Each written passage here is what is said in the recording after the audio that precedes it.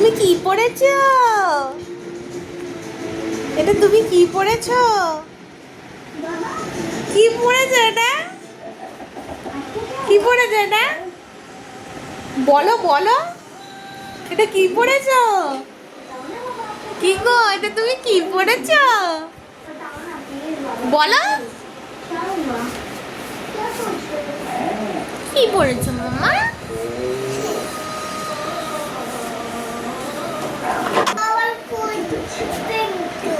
বাবার প্যান্টু, তাই? বাবার প্যান্টু পড়েছো? ভাল লাগছে, ছোনা ছোনা লাগছে। এই এই এই